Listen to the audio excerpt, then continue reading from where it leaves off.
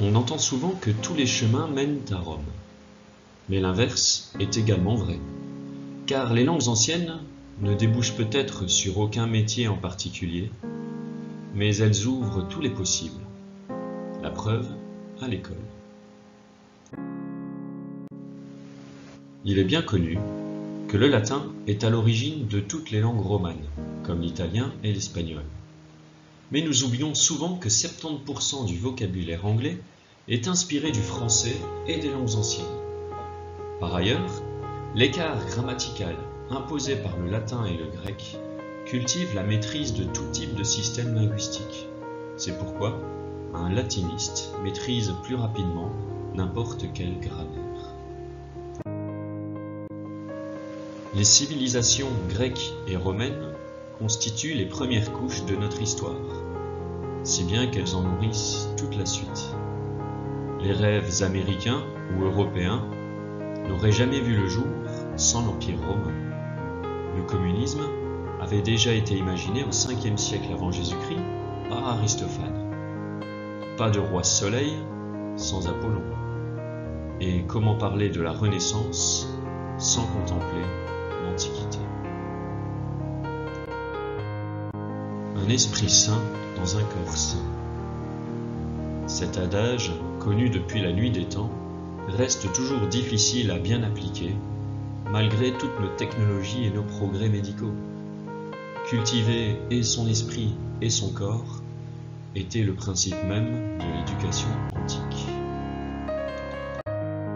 À l'instar des mathématiques, la grammaire des langues anciennes enseigne aux jeunes la logique, la décomposition analytique et la démonstration. En effet, les mots latins ne doivent pas être lus dans l'ordre, mais selon leurs propriétés, tel un calcul mathématique. Une phrase latine, en quelque sorte, est un calcul de mots. Elle cultive donc la logique, mais en regard de la réalité humaine.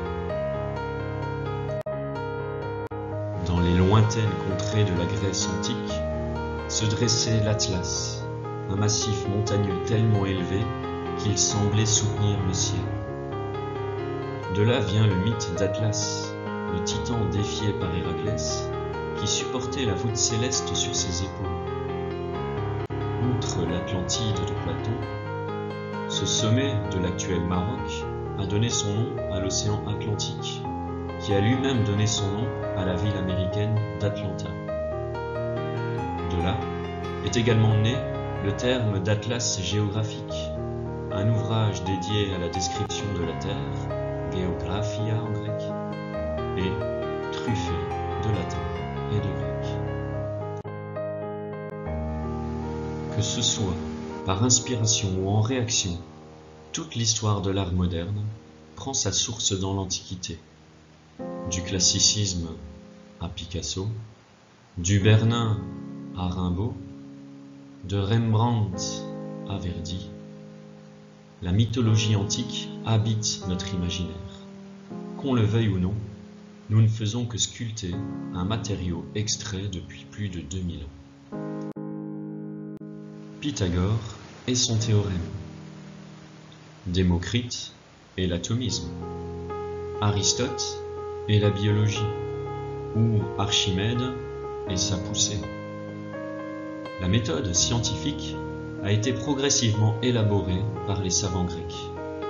C'est pourquoi nous utilisons encore aujourd'hui des lettres grecques comme symbole scientifique, des mythes pour nommer les astres, ou des termes latins pour classifier la nature. La science est indissociable des langues anciennes. La démocratie est née à Athènes. Le Sénat et le Forum sont nés à Rome. Le droit romain hante encore nos codes juridiques. Carpe diem est arboré sur tant de t-shirts et de commerces. Traversé également par l'esclavage, l'olympisme ou les guerres, l'Antiquité, morte à jamais, nous offre en toute objectivité un formidable laboratoire humain et une déclinaison complète de leçons humaines pour répondre à la complexité de nos vies. Enfin, et surtout, lire et écrire font sans doute partie des compétences essentielles développées à l'école. Il est difficile de vivre dans notre monde ou de pratiquer un métier sans ses savoir-faire. Par la traduction, le latin et le grec exercent la lecture et l'écriture comme nul autre cours. Et nec plus ultra, l'étymologie aide l'élève à mieux orthographier sa langue et surtout à la comprendre beaucoup plus facilement.